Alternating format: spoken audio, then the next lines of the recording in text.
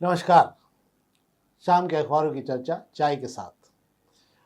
आज खबरें भी हैं और इसके अलावा कुछ राजनीतिक चर्चा भी हमारे पास है, पर कुछ खबरें बड़ी विचित्र हैं जो बता रही हैं कि वाकई घनघोर कलयुग आ गया है। पहले घोर कलयुग की बात करते थे, हम घनघोर कलयुग की बात करेंगे। हम पत्रिका से ही आज समाचार शुरू करते हैं, पर इन सब के पहले मैं आज आपको बसंत पंचमी की बधाई देता हूँ।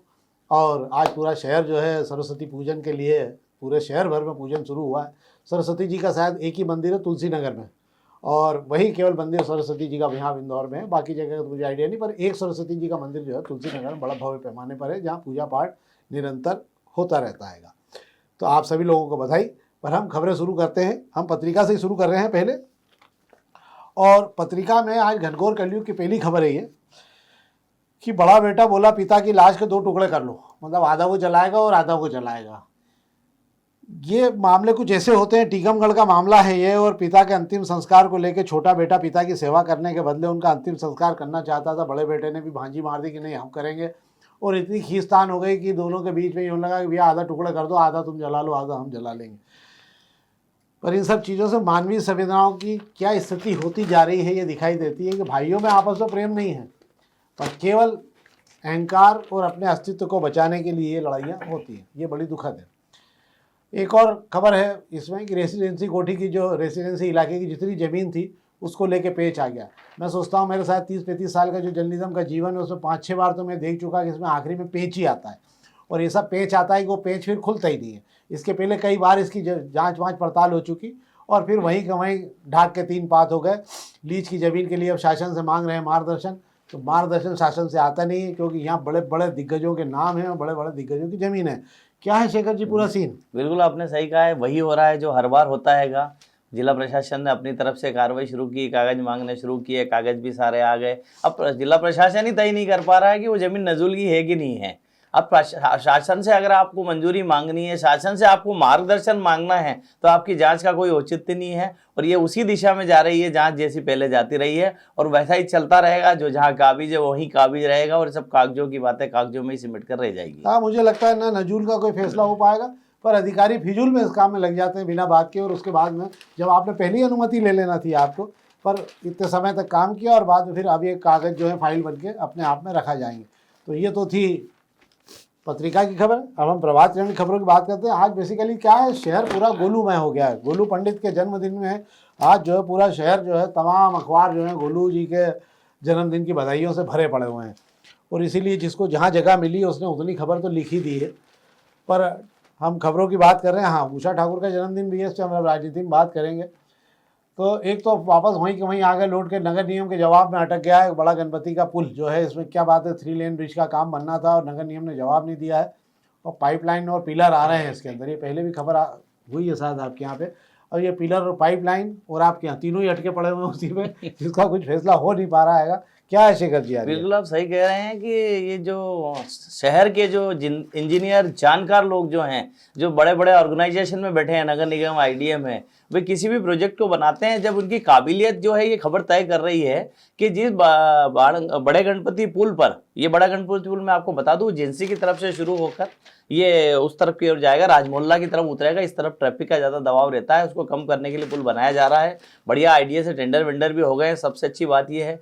पर तब किसी ने देखा नहीं कि उस पुल के नीचे से जो पाइपलाइन जा रही है वो पाइपलाइन नर्मदा की लाइन है और नगर निगम की लाइन है। उसको शिफ्ट करने के लिए उसका शिफ्ट किए बगैर इसका कैसे रास्ता निकलेगा। अब जब वो कंपनी काम करने आई तो कंपनी तो चतुर है, प्राइवेट कंपनी है, अपने को पूरा काम जो है वो बिल्कुल ठोक बजा के करती है। कंपनी ने पकड़ ली कि नीचे जो लाइन जा रही है उस लाइन का क्या होगा। आईडीए से पूछा, आईडीए ने चिट्ठी लिख दी नगर निगम को। अब चूंकि नगर निगम जेब से तो लाइन हटाने से रहा, अब नगर निगम को पैसा कौन देगा, और ये लाइन नहीं हटेगी तब तक ये पुल का काम शुरू भी नहीं होगा। हाँ चलो, एक काम और हो गया ना शेखर जी, मुझे लगता है इसके लिए एक नया टेंडर और जारी हो जाएगा। सवाल ये है कि पैसा कौन देगा उसको शिफ्ट करने का। हाँ तो अब ठीक है, नगर निगम जो भी करेगा, टेंडर इसका भी जारी कर बिल्कुल जारी होगा, अलग से जारी होगा।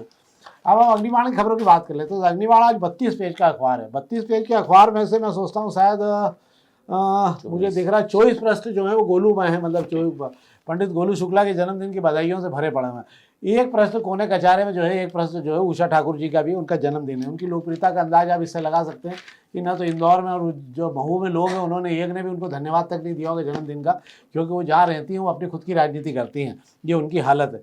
तो अग्निबाण की खबरों में तो आज क्या पढ़ूंगा मैं Shekhar ji, 1 number 2 number 3 number 4 number 5 number 6 number सब गोलू में हो रहा है। अपन किस पे बात कर लें, ये अपन ये खबर भी छप चुकी है ना साथ, खजाना गणेश मंदिर में झोला एटीएम वाली, ये भी हो गई है। गुलाब प्रदर्शनी कल खत्म हो गई है। अवैध मंडियों के बेसमेंट के निर्माण तोड़ना शुरू कर दिए। हाँ, इस पर हम बात कर लेते हैं। एक तो बात क्या, मतलब 12 पेजों में एक ही पन्ना भी रहा जिस पर हम कुछ खबर निकाल पाए, इसलिए हम इसी पर बात कर लेते हैं। एक तो ये है कि नक्शे और खसरे नहीं मिल रहे हैं। ये 11 गांव हैं जो ये जोड़े गए थे इसके अंदर, इनके 100 से अधिक खसरे और नक्शे गायब पाए गए हैं। क्या है शेखर जी पूरा मामला? वैसे मैं आपको बता दूं कि ये 11 गांव नगरीय सीमा में शामिल नहीं किए गए हैं। सिर्फ एक राला मंडल वाला जो हिस्सा है जो इंदौर सीमा में है, राला मंडल का जो नक्शा अपलोड किया गया है और जो सर्वे किया गया है वो मैच नहीं खा रहेगा। उसमें जो खामियां हैं वो खामियां बरसों से नहीं सुधर रही है। ऐसे मऊ से जुड़े हुए कई इलाकों के जो खसरे हैं गांव के खसरे से मैच नहीं खा रहे हैं, और इसको मैच करने के चक्कर में जो अफसर भी ऐसे उलझ गए हैं कि वो गुत्थी सुलझने का नाम नहीं लेगी। और आज की नहीं है, काफी पुरानी गुत्थी है। अच्छा, अपन हम ये मान सकते हैं कि साल भर बाद भी खबर आपको फिर से पढ़ने को मिल सकती है कि तो कोई खास बात नहीं है। और राला मंडल अभ्यारण्य में 14,000 पर्यटक पहुंचे। ये एक अच्छी बात हो गई कि राला मंडल जो है धीरे धीरे एक नए पर्यटक स्थल के रूप में उभरने लगा है। पर सुविधाएं और चाहिए वहाँ पर, जितनी अधिक से अधिक सुविधाएं बढ़ेगी वहाँ अधिक से अधिक लोग पहुँचेंगे। काफ़ी अच्छी बात है कि एक नया शहर को एक पर्यटक स्थल मिल जाए। शहर में और भी पर्यटक स्थल बनाए जाने चाहिए, ये बड़ी बात है। और जो है फरवरी में गिद्धों की गणना शुरू हो गई है कि जो गिद्ध पाए जाते हैं, क्योंकि गिद्ध हमारे यहाँ ख़त्म हो रहे हैं। और गिद्ध खत्म हो रहे हैं, गिद्ध संस्कृति के लोग जरूर बढ़ते जा रहे हैं। और गिद्ध दृष्टि भी बड़ी विचित्र होती है। गिद्ध दृष्टि का ध्यान भी रखना पड़ता है, क्योंकि गिद्ध दृष्टि जो है वो बहुत विशेष होती है। तो चलिए, वो तो अपनी जगह है, हमारा कोई काम नहीं। पर अभी इस अखबार में और कुछ बचा नहीं है। थे गोलू में है। तो ये तो था अग्निबाण, जिस पर हम बात कर लेते हैं। अब हम दोपहर की खबरों की बात कर लेते हैं। दोपहर की खबरों में पहले पेज की खबर की बात करूंगा आज आपसे। ये स्टिंग ऑपरेशन किया दैनिक भास्कर की उत्तर प्रदेश की टीम ने। मुझे नहीं मालूम बाकी अखबारों में क्यों नहीं छपा है पूरा मामला, जबकि जो दैनिक भास्कर का स्टिंग ऑपरेशन है, जो हमारे पास जानकारी है, जो हमने एकत्र की दैनिक भास्कर के, उसमें से उन्होंने स्टिंग ऑपरेशन में जो एम्बुलेंस में लाशें ढो रहे थे उन्होंने उनकी बात की। और उनसे जो है स्टिंग ऑपरेशन में उन्होंने बोला कि 30 तारीख की रात को जब ये भगदड़ मची है जिस दिन, उस दिन रात को इतनी लाशें हम वहाँ ले गए हैं अस्पतालों में कि अस्पतालों में जगह नहीं थी। और इसके अलावा उन्होंने एक और सनसनीखेज जानकारी दी, वो ये है कि करीब करीब कर्नाटक, बिहार और हरियाणा, इन 3 प्रदेशों में एम्बुलेंस रात भर लाशें लेकर दौड़ती रही है। मतलब हम समझ नहीं पा रहे हैं कि कितनी लाशें। उन्होंने एक स्टिंग ऑपरेशन में ये भी बताया कि 25 से ज़्यादा लाशें तो एक अस्पताल में थी, जबकि दूसरे में भी इतनी थी। तो उसी दिन कम से कम 64 लोगों के तो कफन के ऊपर नाम डले, तो मतलब 64 लोगों में तो स्ट्रिप डली थी कि 64 लोग हैं। ये तो शुरुआत की स्थिति बता रहे हैं वो। इसका मतलब वहाँ पे ढेर सारी लाशों का मामला अभी भी कन्फ्यूजन में।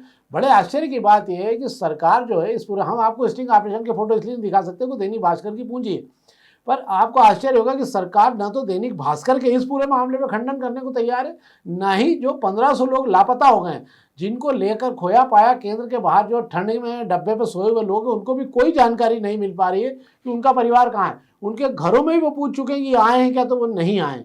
एक पुरुष का स्टिंग जरूर, एक पुरुष का जो था उसका रोते हुए का दृश्य जो उन्होंने कैच किया था कि इतनी भीड़ में दबाया गया कि मेरी पत्नी जो है 10 फीट गहरे खड्डे में गिर गई, उसके ऊपर लोग गिर गए।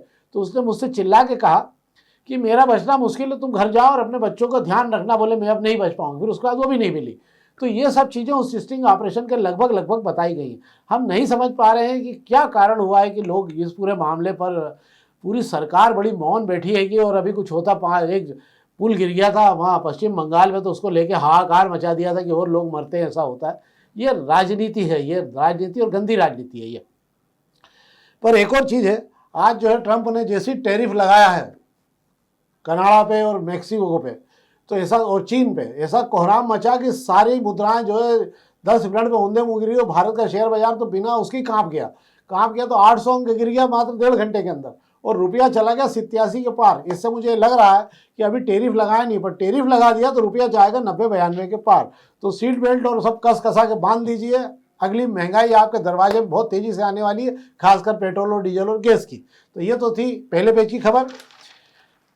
और इसके अलावा जिन खबर बात कर रहा हूँ, नई आबकारी नीति को लेकर जो है 20% शराब जो है महंगी होने जा रही है। तो हुई है महंगी शराब, थोड़ी थोड़ी पिया करो। मतलब जो लोग ज़्यादा पीते थे उनके लिए आग्रह है कि वो कम कम पीना शुरू करें।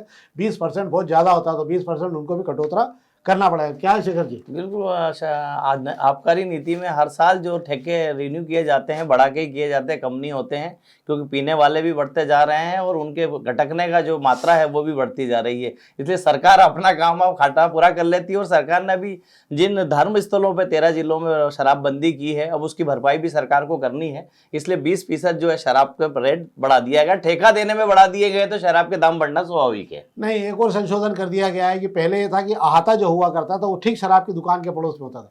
अब उसको कर दिया कि आप 300 मीटर तक, मतलब आप समझ लीजिए कि पाव किलोमीटर आगे भी कहीं अहाता खोल सकते हैं। दो फायदे होंगे, एक तो उस अहाते में आप बियर भी बेच सकते हैं।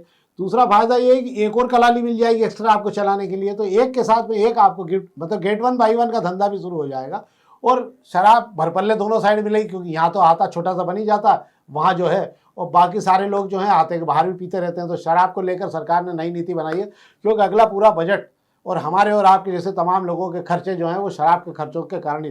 तो सबसे आग्रह करें कि थोड़ी सी सरकार की कृपा करें और ज़्यादा पिया करें, ताकि कम से कम सरकार को चलाने में मदद मिले। तो ये तो थी हमारी अखबारी खबरें। अब हम राजनीतिक चर्चा कर लेते हैं। तो आज शहर में 2 जन्मदिन रहे पंडित गोलू शुक्ला का। पहली बार इस शहर में गोलू शुक्ला जी का जो है चेहरा आपको बड़े बड़े होर्डिंग लगे हुए नहीं दिखा।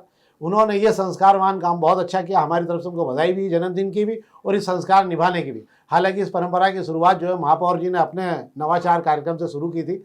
उन्होंने, क्योंकि गोलू पंडित के जो है पहले से ही लग जाते थे विज्ञापन शहर भर में, पर इस बार उन्होंने पहले ही कस दिया था, क्योंकि लोक लाज की भी कोई चिंता थी। तो उन्होंने अपना हाथ खींच लिया और इससे जो है दूसरे अखबारों का भला भी हो गया कि सबको जो है उनको लगा कि इतने पैसे वहाँ लग रहे तो यहाँ लग गए। चलो एक अलग बात है वो। पर दूसरी तरफ आपको आश्चर्य होगा कि एक और गोलू शुक्ला से ज़्यादा पुराने नेताओं में अगर हम बात करें तो 3 चुनाव जीत चुकी उषा ठाकुर जी का। पर आप देखिए क्या दुर्भाग्यपूर्ण स्थिति कि उषा ठाकुर को लेकर न तो महू में कोई बधाई देने को तैयार है न इंदौर में। आप बताइए कि पूरे शहर भर में उषा ठाकुर के ना तो कोई उनके समर्थक ना उनके कार्यकर्ता कहीं आपको दिखाई नहीं पड़ रहे होंगे कि जो उषा ठाकुर का जन्मदिन मानते। उसका मूल कारण ये है कि वो पूरी तरह से अपने खुद के लिए राजनीति करती है, कार्यकर्ताओं के लिए उनके मन में कभी कोई राजनीतिक वो नहीं रहता कि मेरे को किसी कार्यकर्ता की मदद करना चाहिए। क्या शिकर? बिल्कुल आप सही कह रहे हैं भाई साहब। मैं बात गोलू शुक्ला से करूंगा। गोलू शुक्ला ने विधायक बनने के बाद में पहले ही साल में जो सीख ली है और दूसरे साल में अपने जन्मदिन पे जो ब्रेक लगाया है होर्डिंग पोस्टर का, इस होर्डिंग पोस्टर से पिछली बार गोलू शुक्ला को लेकर जो लोगों में किरकिरी हुई थी और लोगों में जो गुस्सा था वो गोलू शुक्ला को बहुत जल्दी समझ में आ गया। महापौर जी ने अपने जन्मदिन पर पोस्टर हटवाए थे। गोलू शुक्ला का भी आज से 15 दिन पहले पोस्टर टंग गया था हमारी माता चौराहा पर, उन्होंने खड़े रह के उसको उतरवा दिया था। पोस्टर हटा दिया उन्होंने, जगह जगह जन्मदिन मिल रहे हैं, वो स्वाभाविक अच्छी बात है। इसलिए गोलू शुक्ला ने इस शहर को बदरंग नहीं किया है। उसके लिए मैं गोलू शुक्ला को बधाई देता हूं, उनके जन्मदिन पे ही बधाई देता हूं। अब आप बात कर रहे हैं उषा ठाकुर की। उषा ठाकुर ने 3 नहीं भाई साहब 4 चुनाव लड़े हैं। 1 नंबर से विधायक रही, वो 3 नंबर से विधायक रही और महू से 2 बार की विधायक है। जो 4 बार की विधायक है वो तब जब उन्होंने राजनीति शुरू की थी, जब तो गोलू शुक्ला ने झंडा उठाना शुरू किया था भारतीय जनता पार्टी का। और वही उषा ठाकुर, एक्चुअली उषा ठाकुर जहां से चली है 1 नंबर विधानसभा से अभी 3 में आई, 3 से महू गई, पर उषा ठाकुर जो जो विधानसभा बदलती गई लोग भी बदलती गई। उषा ठाकुर ने समर्थकों को कभी बांधे नहीं रखा। 1 नंबर में उषा ठाकुर का जो झंडा उठाया करते थे जो लोग, उन्होंने दूसरे नेताओं से बुराई भी ली, उन लोगों का उषा ठाकुर ने धीरे धीरे किनारा कर लिया। वो टीम पूरी छट गई।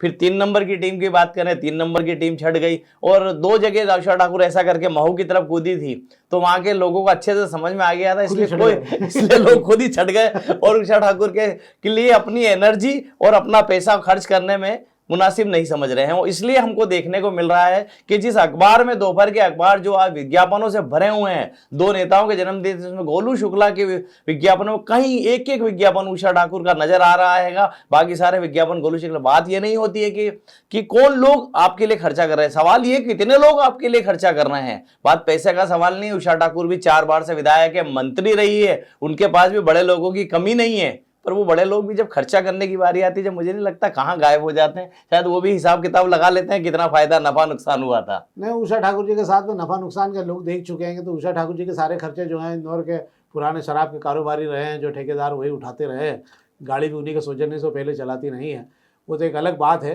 पर मुझे ऐसा लगता है कि उषा ठाकुर जी का जन्मदिन वो खुद ही मना लेती हैं, वही बहुत है, क्योंकि बाकी लोगों को उनके जन्मदिन को लेकर कोई शुभकामना का मामला रहता नहीं, कार्यकर्ता अपने आप ही दूरी बना के रखते हैं। तो ये तो थी। हाँ, इसके बीच में एक और आज जरूर आपको एक वीडियो छोटा सा दिखा देते कि पंडित सुमित मिश्रा जो हैं भाजपा के नगर अध्यक्ष बने हैं, वो भी ठुमके लगा लेते हैं, ऐसा नहीं है। सोशल मीडिया पर उनके ठुमके, हालांकि लगाया तो उन्होंने 3-4 बार ही ठुमके, पर सोशल मीडिया पे सवेरे से इतना ठुमके लगा चुके हैं वो अलग अलग ग्रुप में कि मुझे लग रहा है कि ऐसा लग रहा है कि आज शाम तक कई जगह ठुमकों में ही दिखेंगे वो।